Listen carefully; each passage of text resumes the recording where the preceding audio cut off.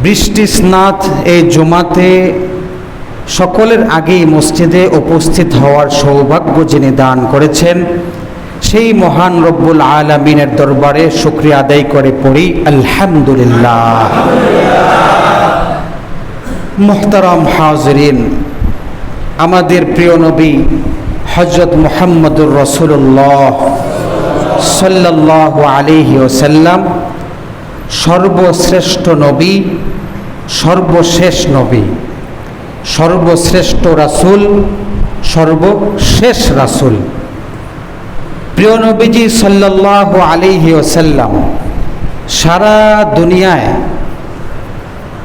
একেবারে পৃথিবীর শুরু থেকে এ পর্যন্ত আমাদের নবী পর্যন্ত যত নবী রাসূল এসেছেন সমস্ত নবী রাসূলের দিক থেকে আমাদের নবী এক এবং অনন্য। তার বৈশিষ্ট্য, তার গুণাবলী, তার মর্যাদাই ভিন্ন। তার মর্যাদাই আল্লাহ পাক আলাদাভাবে দিয়েছেন, আলাদাভাবে তাকে মহিমান্বিত করেছেন। যে নবী, যেই রাসূল তার কওমের কাছে এসেছে, আসার পরেই তার কওম, তার গোত্র ওই নবী রাসূলকে নিয়ে ঠাট্টা করেছে, বিভিন্ন গালমন্দ করেছে, নবী রাসূলকে নিয়ে উপহাস করেছে। প্রত্যেক যুগের নবী রাসূলদের সাথে এরকম আচরণ করা হয়েছে এবং দেখা গিয়েছে এটা আল্লাহ পাক কোরআনেও বলেছেন, ওমা আরসালনা ফি ক্বরয়াতিন মিন নাযীরিন ইল্লা ক্বালা মুতরাফুহা। যখনই আল্লাহ পাক কোনো এলাকায় কোনো রাসূল এবং নবীকে পাঠিয়েছেন, ওই এলাকার যারা ভিত্তশালী, ধনী, প্রভাবশালী তারা ঈমান আনেনি। এনেছে কারা?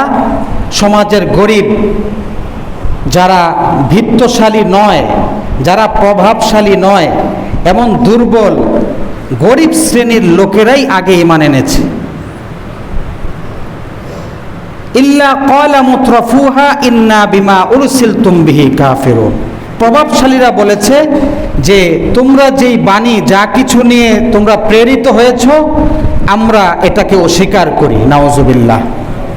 কারণ তারা মনে করেছে আমরা তো সম্পদশালী, আমাদের অনেক ধন সম্পদ আছে, আমাদের প্রভাব আছে, আমাদের ক্ষমতা আছে, তোমাদেরকে আমাদের বিশ্বাস করার দরকার কি? তোমরা রসুল এটা মানার দরকার কি? সব সমাজে, সব কওমে যত নবী রাসূল এসেছেন, সব নবী রাসূলের জমানায় দেখা গিয়েছে ওই সমাজের, ওই গোত্রের যারা ভিত্তশালী, প্রভাবশালী তারা ঈমান আনেনি। এনেছে গরিবরা, এনেছে সমাজের যাদের ক্ষমতা নেই, প্রভাব নেই, এমন লোকেরা ঈমান এনেছে। আর এরাই সৌভাগ্যবান হয়ে গিয়েছে। এজন্যই হাদিসে বলা হয়েছে যে গরিবরা কোথায় যাবে? আগে জান্নাতে যাবে। এমনি বলা হয়নি, এমনি বলা হয় নাই।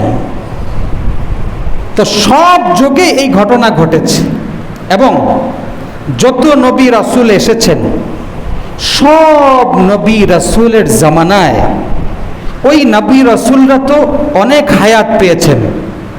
তাদের দীর্ঘ হায়াতের তুলনায় তার জীবদ্দশায় তার কওমের খুব অল্প সংখ্যক লোকই ঈমান এনেছে।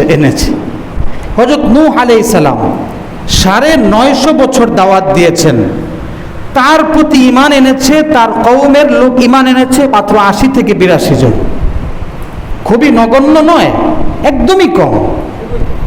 সব জামানায়, সব নবী রাসূলদের যুগেই ঈমান যারা এনেছে খুব অল্প সংখ্যক লোক ঈমান এনেছে।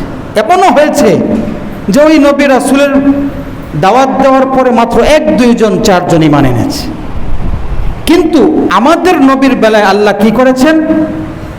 নবীজি তার এই নবুয়তের জীবনে 40 বছর তো কেটেছে নবুয়তের আগে, নবুয়ত লাভের পরে 23 বছরের যে জীবন, 10 বছর মক্কায়, 13 বছর মদিনায়। নবুয়ত লাভের পরে মক্কায় 10 বছর তো উনি প্রকাশ্যে দাওয়াতই দিতে পারেননি, গোপনে গোপনে দাওয়াত দিয়েছেন, গোপনে গোপনে দ্বীনের কাজ করেছেন, ইসলামের কাজ করেছেন। এরপরে হিজরত করে মদিনায় যাওয়ার পরে 13 বছর সেখানে প্রকাশ্যে দ্বীনের দাওয়াত দিয়েছেন। কিন্তু আপনি দেখেন 10 বছর ধরলাম, মক্কার 10 বছর সহই এই 23 বছরে নবীজির প্রতি ঈমান এনেছে কি পরিমাণ। নবীজি যখন বিদায় হজের ভাষণ দেন, সেই ভাষণেই উপস্থিত ছিল লক্ষাধিক, সুবহানাল্লাহ, লক্ষাধিক ঈমানদার উপস্থিত। তাহলে মাত্র 23 বছরের জীবনে নবীজির যেই দাওয়াত দেওয়ার সুফল, তার দিন প্রচারের নবুয়তের সুফলটা কি, যে অল্প সংখ্যক নয়, লক্ষ লক্ষ, কোথাও তো আছে 2 লক্ষের বেশি।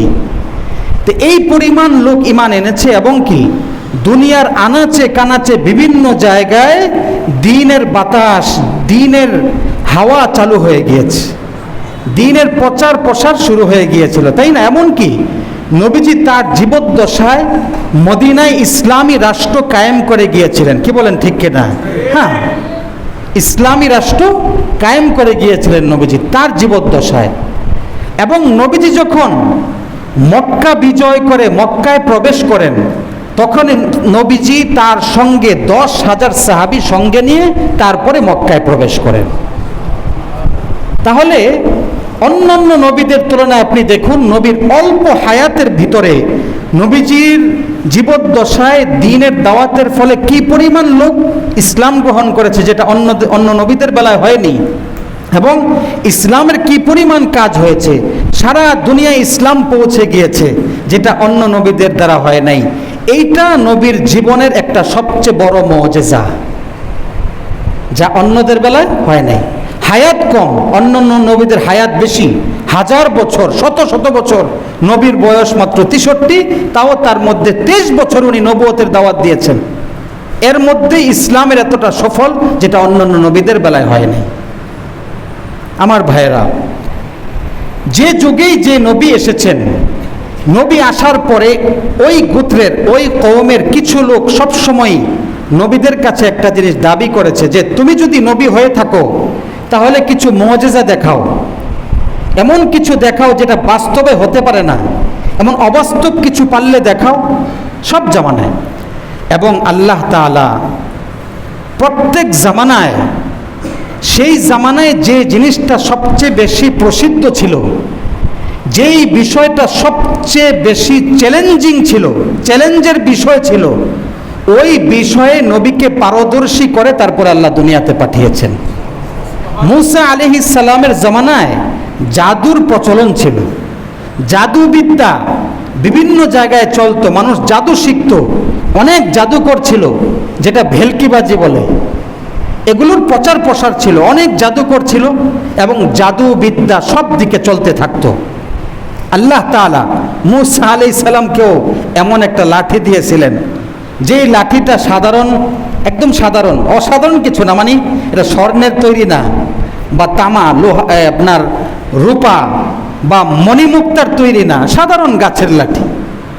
এমন এক লাঠি যেটা দ্বারা মূসা আলাইহিস সালাম যখন চলেন তো লাঠির কাজ দেয়, আবার যখন এটা এমনি মাটির মধ্যে ফেলেন তো এটা সাপ হয়ে যায়। আলকিহা ইয়া মূসা ফালকাহা ফাইযা হিয়া হাইয়াতুন তাসআ, মাটিতে মারার সাথে সাথে কি হয়ে যায়, সাপ হয়ে যায়। আবার যখন মূসা আলাইহিস সালাম এটাকে মাটিতে গাড়েন, মাটিতে গাড়ার সাথে সাথে এটা গাছ হয়ে যায়, ডালপালা পত্রপল্লব হয়ে মূসা আলাইহিস সালামকে ছায়া দিয়ে দেয়। সুবহানাল্লাহ, এটা হয়তো আপনারা জানেন না। মূসা আলাইহিস সালাম যখন দরকার হতো, প্রচণ্ড রোদ, প্রচণ্ড গরম, তো ছায়া দরকার, এই লাঠিটাকে মাটির মধ্যে গেড়ে দিতেন, গেড়ে দেওয়ার সাথে সাথে এটা থেকে ডালপালা হতো, পাতা হতো, হয়ে সুন্দর একটা গাছ হয়ে নবীকে ছায়া দিতে থাকতো। সুবহানাল্লাহ। আবার যখন পানির দরকার, মূসা আলাইহিস সালাম তো পাথরের মধ্যে আঘাত করতেন, আঘাত করার সঙ্গে সঙ্গে স্বচ্ছ পরিষ্কার সুপেয় পানি বের হতো, যেই পানি নবী মূসা আলাইহিস সালাম পান করতেন, সেই পানি দিয়ে গোসল করে পরিচ্ছন্ন হতেন। সুবহানাল্লাহ। আবার যখন নদী দিয়ে চলা দরকার, নদীতে নৌকা নেই, কোনো আপনার নৌযান নেই, তো নদী দিয়ে পার হতে হলে তো নদীর কিনারায় আঘাত করতেন, সঙ্গে সঙ্গে আল্লাহ পাকের ইচ্ছায় সেটা সেতু হয়ে যেত, সুবহানাল্লাহ, পোল হয়ে যেত, ব্রিজ হয়ে যেত। আল্লাহ পাক মুসা আলাইহিস সালামকে এই মুআজিজা দিয়েছেন, কারণ সেই যুগে জাদুর প্রচলন ছিল। তো ফেরাউন মনে করেছে জাদু তো আমার কাছে আছেই, অসংখ্য হাজার হাজার জাদুকর আছে, এত অসংখ্য জাদুকর থাকতে এক মূসার জাদুর কি হবে, মূসাকে শেষ করে দেব।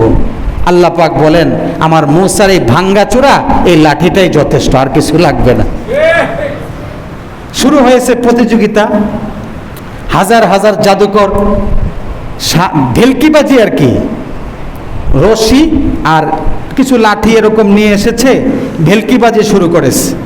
মূসা বলে সব দেখা, আমি আগে একটু তামাশা দেখি, পুরা মাঠের ভিতরে তোরা সব জায়গায় তোদের ভেলকিবাজিগুলো প্রকাশ করে দে। তো সকল জাদুকররা তাদের ভেলকিবাজি প্রকাশ করতে লাগলো।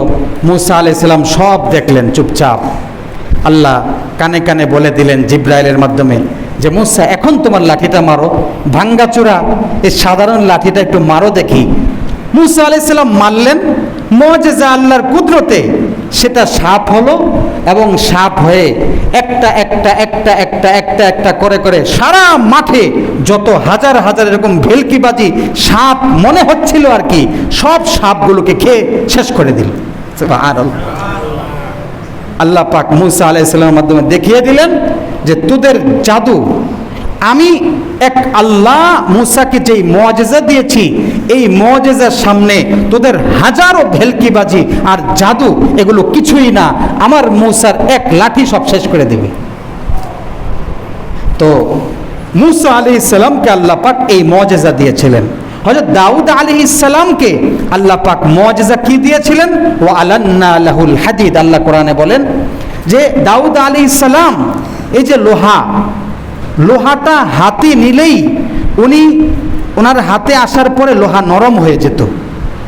আমরা যদি লোহা দিয়ে কিছু বানাতে চাই সেটা আগুনে গরম করতে হয়, গরম করে নরম করতে হয়, তারপরে এটা দিয়ে আমরা দাও কাস্তে এটা সেটা আমরা বানাই।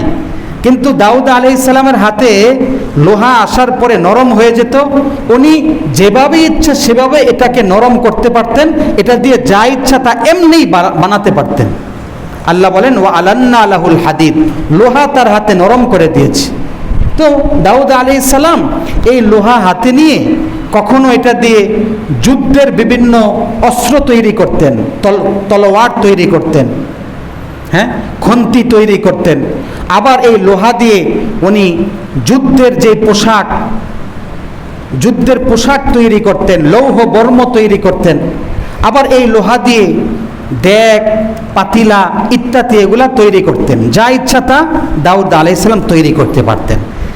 এটা এক মুআজিজা। আরেক মুআজিজা হলো দাউদ আলাইহিস সালামের জাবুর তেলাওয়াত। কণ্ঠ অত্যন্ত চমৎকার ছিল দাউদ আলাইহিস সালামের। জাবুর তেলাওয়াত করতেন, সমস্ত পশু পাখি মাছ জীব জন্তু সব দাউদ আলাইহিস সালামের কাছে এসে জাবুর তেলাওয়াত শুনতে থাকতো। সুবহানাল্লাহ। এমনকি আল্লাহ বলেন ইউসাব্বিহনা ওয়াত-তাইর, শুধু দাউদ আলাইহিস সালাম না, এর সঙ্গে সঙ্গে এই পাখিগুলো, পশুগুলো, এই সমস্ত আপনার মাছগুলো, জীব জন্তুগুলো দাউদ আলাইহিস সালামের সঙ্গে সঙ্গে আল্লাহর তাসবিহ পাঠ করতে থাকতো। সুবহানাল্লাহ। দাউদ আলাইহিস সালামের কণ্ঠ অত্যন্ত চমৎকার ছিল, অত্যন্ত সুমধুর কণ্ঠে জাবুর তিনি তেলাওয়াত করতেন। আর তার সঙ্গে এই সমস্ত জীবজন্তু জাবুর তেলাওয়াত করতে থাকতো। এটা দাউদ আলাইহিস সালামের আরেকটা মুআজিজা। আল্লাহ পাক দাউদ আলাইহিস সালামের পুত্র নাম সুলাইমান আলাইহিস সালাম। সুলাইমান কার পুত্র? দাউদ আলাইহিস সালাম। আল্লাহ বলেন ওয়ারিসা সুলাইমান ও দাউদা, সুলাইমান দাউদের উত্তরসূরি, সুলাইমান দাউদের ছেলে। সুলাইমান আলাইহিস সালামকে আল্লাহ পাক মুআজিজা দিলেন কি, যে সুলাইমান আলাইহিস সালাম পাখি, জীবজন্তু, পিপিলিকা, বিভিন্ন এই প্রাণীর ভাষা তিনি বুঝতেন। আল্লাহ বলেন ওয়া উল্লিমনা মানতিকাত তাইর। সুলাইমান আলাইহিস সালাম বলছেন আমাকে পাখি জীবজন্তুর ভাষা বোঝার ক্ষমতা দেওয়া হয়েছে। সুলাইমান আলাইহিস সালাম পাখি কি বলছে বুঝতেন, পিপিলিকা কি বলছে বুঝতেন, এদের ভাষা বুঝতেন। এবং সুলাইমান আলাইহিস সালাম জিন জাতি, তারপরে পশু পাখি এগুলোর উপর রাজত্ব করতেন। মানে সুলাইমান আলাইহিস সালাম যা বলতেন পাখি পশু পাখি তারা তার কথা শুনত। অর্থাৎ সুলাইমান আলাইহিস সালামের বশীভূত ছিল এরা, এদের উপর রাজত্ব চলতো। এমনকি সুলাইমান আলাইহিস সালামের রাজত্ব চলতো বাতাসের উপর, মানে বাতাসও সুলাইমান আলাইহিস সালামের কথা শুনতো। আল্লাহ সূরা সাবার মধ্যে বলেছেন, ওয়ালি সুলাইমানার রিহা গুদুহা শাহর ওয়া রাওয়াহুহা শাহর। সুলাইমান আলাইহিস সালাম তার সিংহাসন নিয়ে বাতাসের উপর দিয়ে চলতেন, কোনো ডিজেল অকটেন কিছু লাগতো না। সেই সিংহাসনে কোনো আপনার মেশিন ছিল না, ইঞ্জিন কিছুই ছিল না, শুধু বাতাস এই সিংহাসনটাকে নিয়ে যেত। সকালবেলা রওনা হতেন, এক সকালে 1 মাসের পথ অতিক্রম হয়ে যেত। সুবহানাল্লাহ। ওয়া রাওয়াহুহা শাহর, আল্লাহ বলেন বিকালবেলা, শুধু এক বিকালে আবার 1 মাসের পথ তিনি অতিক্রম করতে পারতেন। সুবহানাল্লাহ। এবং খুব সুন্দরভাবে আলতোভাবে আরামের সাথে নিয়ে যেতেন। তো এদের উপরও সুলাইমান আলাইহিস সালামের রাজত্ব চলতো, পাখির উপর, পিপিলিকা, জীবজন্তুর উপর, এমনকি বাতাসের উপর। এটা আল্লাহ পাক সুলাইমান আলাইহিস সালামকে মুআজিজা হিসেবে দিয়েছিলেন। আল্লাহ পাক হযরত ঈসা আলাইহিস সালামকে মুআজিজা দিলেন। ঈসা আলাইহিস সালাম কোনো কুষ্ঠরোগীর গায়ে হাত বুলিয়ে দিলে, আল্লাহর নামে হাত বুলিয়ে দিলে কুষ্ঠরোগী সুস্থ হয়ে যেত। সুবহানাল্লাহ। ওয়া উবরিউল আকমাহা ওয়াল আবরাস বিইذনি, কোরআনে বলেছেন আল্লাহ যে আমি আল্লাহর হুকুমে ওয়া উবরিসুল আকমাহা ওয়াল আবরাস, কুষ্ঠরোগীকে আমি ভালো করি এবং অন্ধকেও ভালো করি। অন্ধ, জন্মান্ধ, তাকে যদি ঈসা আলাইহিস সালাম এমনি হাত বুলিয়ে দিতেন, ওই জন্মান্ধ সে চক্ষুষ্মান হয়ে যেত। সুবহানাল্লাহ। এটা ঈসা আলাইহিস সালামের মুআজিজা ছিল। এমনকি ঈসা আলাইহিস সালাম যদি কোনো পুরনো অনেক কবরের কাছে যেতেন, দীর্ঘদিন আগের কবর, সেই কবরের পাশে গিয়ে বলতেন কুম বিইذনিল্লাহ, আল্লাহর নামে দাঁড়িয়ে যাও, আল্লাহর হুকুমে দাঁড়িয়ে যাও। তো ওই দীর্ঘদিন 100 বছর আগে, 100 বছর 500 বছর আগেও যদি কেউ মারা গিয়ে থাকে, তো সে আল্লাহর হুকুমে জীবিত হয়ে দাঁড়িয়ে যেত। সুবহানাল্লাহ। এটা ছিল কার মুআজিজা? ঈসা আলাইহিস সালামের। ঈসা আলাইহিস সালামকে তার কওমের লোকেরা হত্যা করতে চেয়েছে। আমি আগেই বলেছি, কোন নবী দুনিয়াতে এমন ছিল না যেই নবীর বিরুদ্ধে ষড়যন্ত্র হয় নাই, যেই নবীকে ওই কওমের লোকেরা ঠাট্টা করে নাই, বিদ্রূপ করে নাই, নির্যাতন করে নাই, কষ্ট দেয় নাই, এমন কোন নবী রাসূল দুনিয়াতে আসে নাই। এবং যারা করেছে চিরদিনের জন্য তারা ধ্বংস হয়েছে। আমাদের নবীকে আজকেও মুসলমানদেরকে উস্কে দেবার জন্যে ভারতের মধ্যে রামগীর না কি নাম, সে আমার নবীকে নিয়ে কটাক্ষ করেছে।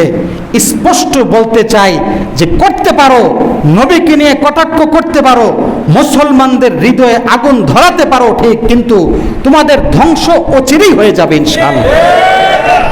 আমার ভাইরা, প্রত্যেক নবীকেই কটাক্ষ করা হয়েছে, কিন্তু মনে রাখতে হবে হাসরের দিন সমস্ত নবীদেরকে আল্লাহ সকলের উপরে উঠিয়ে মর্যাদা দিবেন। এমনকি আমার নবীকে আল্লাহ পাক, শেষ নবীকে সকলের উপরে আসীন করবেন, সকলের উপরে তিনি তাকে মর্যাদা দিবেন ইনশাআল্লাহ। কাকে নিয়ে খেলতে চাও? আগুন নিয়ে তামাশা করতে চাও? আমার নবী তেমন সাধারণ কোনো নবী নয়। আমি সামনে যাচ্ছি, আগে অন্যান্য নবীদের মুআজিজা বলছি। যাই হোক, ঈসা আলাইহিস সালামের বিরুদ্ধে ষড়যন্ত্র চলছে, ঈসা আলাইহিস সালামকে হত্যা করবে। ঈসা আলাইহিস সালাম একটা ঘরের মধ্যে আছেন, তার বাসার মধ্যে কয়েকজন গিয়েছে কুলাঙ্গার হত্যা করবার জন্যে। তো তাদের মধ্যে তারা একজনকে রেডি করেছে ঈসা আলাইহিস সালামকে হত্যা করার জন্য, ঘরে ঢুকিয়ে দিয়েছে। আল্লাহ পাক কুদরতিভাবে ঈসা আলাইহিস সালামকে জীবিত অবস্থায় আসমানে উঠিয়ে নিয়েছেন। সুবহানাল্লাহ। এখন যেই লোকটা ঘরের মধ্যে ঢুকেছে, আল্লাহ পাক তার উপরের অংশটা ঈসা আলাইহিস সালামের মতো করে দিয়েছেন। নিচের অংশ তার মতোই আছে, উপরের অংশ ঈসা আলাইহিস সালামের আকৃতি। এখন কি হবে বলেন? এখন ঈসা আলাইহিস সালাম তো নাই। অন্য লোকেরা কয়, কিরে সে বাইর হয় নাকি? দরজা ভেঙে ঢুকেছে, ঢুকে দেখে কিরে এই তো ঈসা, এখানে তো 2 জন থাকার কথা, 1 জন কেন? যদি এই লোকটা ঈসা হয় তাহলে আমাদের লোক কই? আর যদি এই লোকটা আমাদের লোক হয় তাহলে ঈসা কই, একটা ধাঁধার মধ্যে পড়ে গেল। পরে ভালোভাবে ভেবে চিনতে দেখলো আরে উপরের চেহারাটা তো ঈসার মতোই দেখা যায়, আসলে লোকটা কি ঈসা না তাদের লোক? তাদের লোক। এখন তারা দেখলো যে আরে চেহারা তো ঈসার মতো, এটাই মনে হয় ঈসা, এই মনে করে তাকেই হত্যা করে দিয়েছে। তারা কি ঈসাকে হত্যা করেছে না নিজেদের লোককে হত্যা করেছে? খ্রিস্টানরা যারা ঈসাকে মানে, আজও খ্রিস্টানরা এই বিশ্বাস করে, এই দাবি করে তারা ঈসাকে হত্যা করেছে।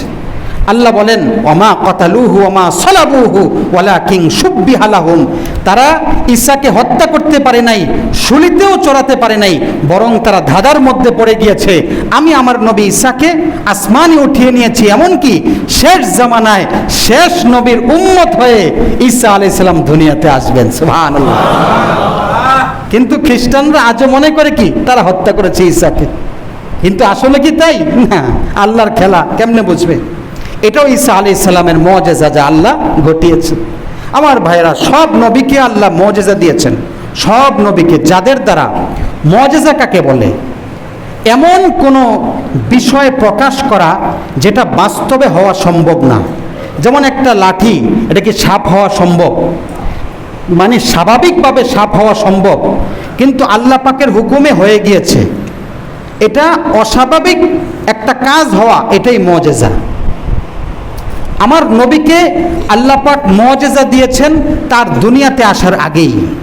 হযরত আমেনার পেটে যখন মুহাম্মদ সাল্লাল্লাহু আলাইহি ওয়াসাল্লাম আসেন, তো হযরত আমেনা তিনি অনুভব করতেন যে একটা অপরিচিত সুঘ্রাণ তিনি পান, যেটা ইয়ামানের সুগন্ধি নয়, যেটা সিরিয়ার সুগন্ধি নয়, যেটা আরবের কোনো দুনিয়ার সুগন্ধি নয়, একটা অপরিচিত খুব চমৎকার সুগন্ধি হযরত আমেনা সবসময় অনুভব করতেন। যেই বাড়িতে যেতেন, যেই রাস্তা দিয়ে যেতেন, সুগন্ধিতে ভরে যেত। তো উনি কারো কাছে বলতেন না, আর মানুষও তার কাছে এই বিষয়টা জিজ্ঞাসা করতো না। এক পর্যায়ে তার শ্বশুর নবীজির দাদা আব্দুল মুত্তালেবের কাছে কিছু লোক গিয়ে বলল যে আপনার বৌমা সে যখন কোনো এলাকায় যায়, কোথাও যায়, বাড়িতে যায়, সুগন্ধিতে ভরে যায়, ব্যাপারটা কি আপনি কি একটু জানবেন? আব্দুল মুত্তালেব বৌমার কাছে আসলো, নবীজির মায়ের কাছে। নবীজি তখন কার পেটে? মায়ের পেটে। আমেনার কাছে এসে বলছে যে তুমি যেখানেই নাকি যাও সেখানেই সুগন্ধি ছড়ায়, চমৎকার সুগন্ধি, যেটা দুনিয়ার কোথাও সেই সুগন্ধি পাওয়া যায় না। ব্যাপারটা কি, আসলে কি এমন? হযরতে আমেনা জবাব দিচ্ছেন যে শ্বশুর বাবা, আসলেই ঘটনাটা এরকম, আমি তো লজ্জায় বলছি না আপনাকে, আমি এটা শুরু থেকেই, আমার পেটে বাচ্চা আসার পর থেকেই এমন একটা চমৎকার সুগন্ধি আমি সবসময় অনুভব করি, যেই সুগন্ধিটা আমি কোনোদিন শুনিনি, এবং চমৎকার এই সুগন্ধি আমি সবসময় অনুভব করি, যেখানেই যাই সুগন্ধিটা ছড়িয়ে পড়ে, কিন্তু লজ্জায় আমি কারো কাছে বলছি না। হ্যাঁ, ঘটনা ঠিকই, ঘটনা ঠিকই। আব্দুল মুত্তালিব বললেন, হ্যাঁ বৌমা, তাহলে তোমার পেটে যে বাচ্চা এসেছে, হ্যাঁ হয়তো সে কোনো একটা কিছু, তা এই জন্যই হয়তো আসলে এই ঘটনা তোমার দ্বারা ঘটছে। তাহলে এটা নবী তার মায়ের পেটে আসার পর থেকেই মুজিজা শুরু। হযরত আমেনা যখন মরুভূমির বালুকা দিয়ে চলতেন, মরুভূমির বালুকা রৌদ্রে তাপে উত্তপ্ত হয়ে থাকতো, যেই জায়গা দিয়ে মা আমেনা হাঁটতেন, ওই জায়গায় আল্লাহর কুদরতে নবীর মুজিজা হিসেবে ওই জায়গাটা আল্লাহ পাক একেবারে শান্ত শীতল করে দিতেন। সুবহানাল্লাহ। হযরতে আমেনার জন্য ওই জায়গাটা গরম থাকতো না, উত্তপ্ত থাকতো না। আরেক মুজিজা। এভাবে হযরত আমেনা যখন সিরাতে খাতামুল আম্বিয়া আপনারা অনেক শুনেছেন, সেটা বলবো না, নতুন কিছু বলছি যেটা শোনেন নাই। আরও অনেক ঘটনা আছে, সব বলা যাবে না, আমি যেগুলো শোনেন নাই সেগুলো বলছি। হযরতে আমেনা যখন কূপ থেকে পানি উঠাতে যেতেন, তো বালতিটা কূপের নিচে ফেলতে হতো না, উনি যখন কূপের সামনে যেতেন একেবারে মুখের সামনে পানি উঠে যেত। সুবহানাল্লাহ। অন্য সকল মহিলারা আশ্চর্য, ধরে তুমি আসলে পানি তোমার কাছে চলে আসে, ঘটনাটা কি? আরে ঘটনাটা কি বুঝতে পারছি না তো। উনি নিজেও বুঝতেছেন না। অন্য মহিলারা বলে, তাহলে তুমি একটু থাকো না, তাহলে আমাদের একটু সুবিধা হয়, আমরাও এই বরকত পেতে পারি। কি বলেন? এটা এক মুজিজা। আরেক মুজিজা, হযরতে আমেনা, দাদা আব্দুল মুত্তালিব, নবীজির দাদা, আমেনার শ্বশুরকে বলেন যে আমি যখনই কোনো পথ দিয়ে যাই, আমার পেটে যেই বাচ্চা আছে আসার পরে আমি যেই পথ দিয়ে অতিক্রম করি, গাছপালা পাথর আমাকে ডেকে ডেকে ডেকে ডেকে সালাম করতে থাকে। সুবহানাল্লাহ। মুজিজা শুরু হলো কিনা? আগের থেকেই মুজিজা শুরু, আগের থেকেই মুজিজা শুরু। আমার ভাইরা, আল্লাহ পাক রব্বুল আলামিন এইভাবেই আমার নবীকে একের পর এক মুজিজা দিয়েছেন। আমার নবী যখন দুনিয়াতে আসবেন, হযরতে আমেনার যখন প্রসব বেদনা শুরু হয়েছে, তো ওই মুহূর্তে ধাত্রী যিনি ছিলেন তিনি হলেন হযরত আব্দুর রহমান ইবনে আউফ, নবীজির একজন বিশিষ্ট সাহাবী। আব্দুর রহমান ইবনে আউফ তার মা ছিলেন নবীজির জন্মের সময় ধাত্রী বোঝেন তো নাকি, ধাত্রী ছিলেন। তো তিনি বলেন, যখন এই বাচ্চাটা দুনিয়াতে আসার সময় এই বাচ্চাটার গায়ে আমি বিন্দু মাত্র কোনো ময়লা দেখিনি, বিন্দু মাত্র তার শরীর থেকে কোনো গন্ধ আসেনি, এবং বিন্দু মাত্র তার শরীরে কোনো রক্ত ছিল না। সুবহানাল্লাহ। এবং তার শরীর থেকে দুর্গন্ধের পরিবর্তে সুঘ্রাণ প্রকাশ পেয়েছে। সুবহানাল্লাহ। এবং এই বাচ্চাটা দুনিয়াতে এসেছে নাভির নার কাটা অবস্থায়, খতনা করা অবস্থায় দুনিয়াতে এসেছে। সুবহানাল্লাহ। এভাবে দুনিয়াতে এসেছে। দুনিয়াতে চলে আসলো মুহাম্মদুর রাসূলুল্লাহ সাল্লাল্লাহু আলাইহি ওয়াসাল্লাম। আসার পরে মা আমেনার কোলে মুহাম্মদুর রাসূলুল্লাহ, মা আমেনার কোলে। তো কোলে দিয়ে ধাত্রী মহিলা আব্দুর রহমান ইবনে আউফের মা ঘর থেকে বের হয়ে গেলেন। এখন ঘরের মধ্যে নবী মুহাম্মদ আর তার মা, নবী মুহাম্মদের মা ওই মুহূর্তের একটা ঘটনা শুনিয়েছেন, আশ্চর্য ঘটনা। মা আমেনার রেওয়ায়েতে এসেছে, হযরতে আমেনা বলেন, কেউ নাই ঘরের মধ্যে, আমার কোলে মুহাম্মদ চলে এসেছে। আসার পরে মুহাম্মদ কি করেছে? হঠাৎ করে ডান পাশে কাত হয়ে আস্তে করে সেজদায় লুটিয়ে পড়েছে। সুবহানাল্লাহ। সেজদায় লুটিয়ে তাশাহুদের মতো বসে গিয়েছে এই নবজাতক বাচ্চা। তাশাহুদের মতো বসে গিয়ে আঙ্গুল, এই আশহাদু আল্লাহর মতো যেরকম আমরা এই আঙ্গুল ইশারা করি, আল্লাহ পাক কিভাবে ইশারা করে সাক্ষী যখন দিয়েছে, হযরত আমেনা বলেন তার আঙ্গুলের এই মাথা থেকে আসমান পর্যন্ত নূর, এভাবে আলো নূর প্রকাশিত হয়ে গিয়েছে। সুবহানাল্লাহ। এটা ছিল মুহাম্মদুর রাসূলুল্লাহ সাল্লাল্লাহু আলাইহি ওয়াসাল্লামের বিশেষ মুজিজা। ওই মুহূর্তে হযরত আমেনা আশ্চর্য হয়ে যান যে বাচ্চারা তো তাহলে কোনো সাধারণ কোনো বাচ্চা নয়।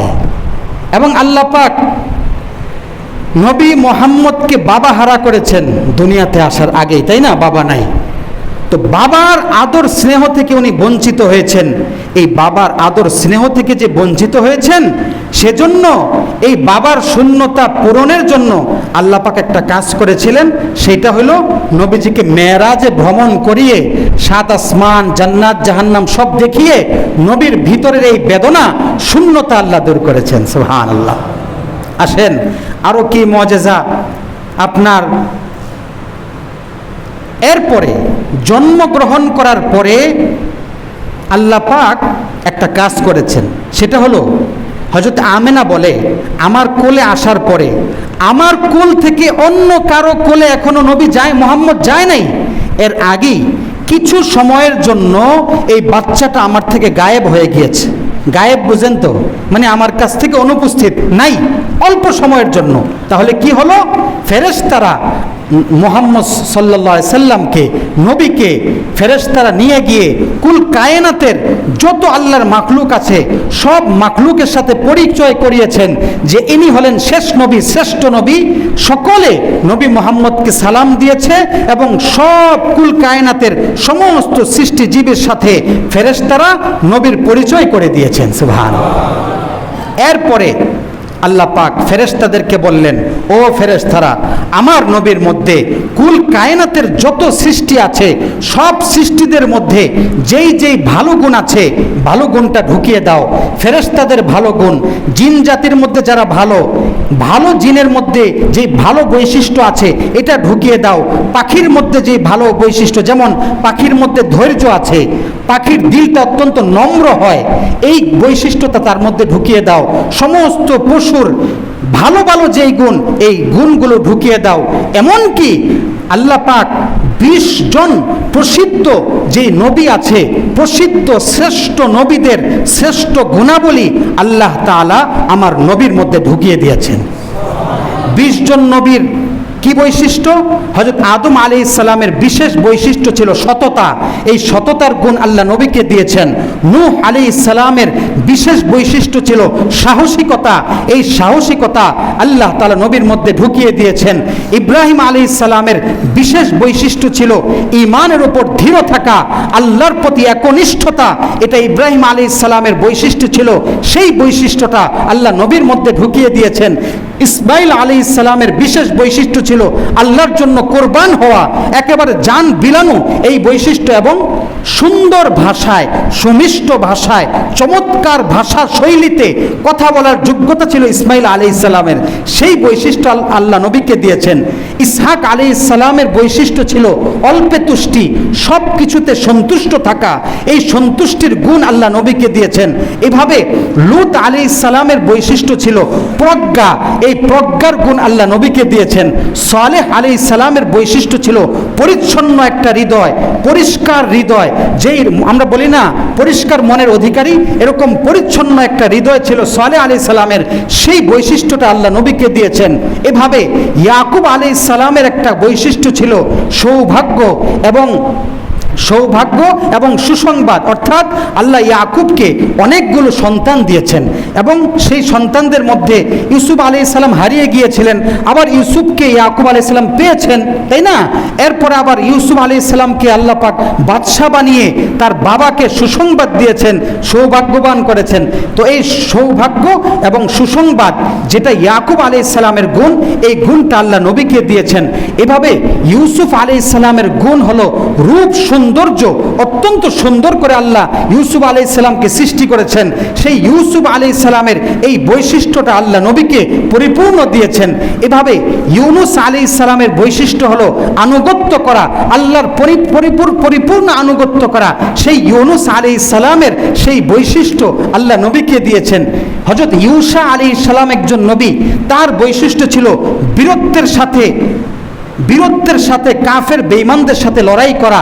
ইউসা আলাইহিস সালাম বীরত্বের সাথে লড়াই করে জেরুজালেম, ফিলিস্তিনকে বিজয় করেছিলেন। সেই বীরত্বের সেই গুণ আল্লাহ নবীকে দিয়েছেন।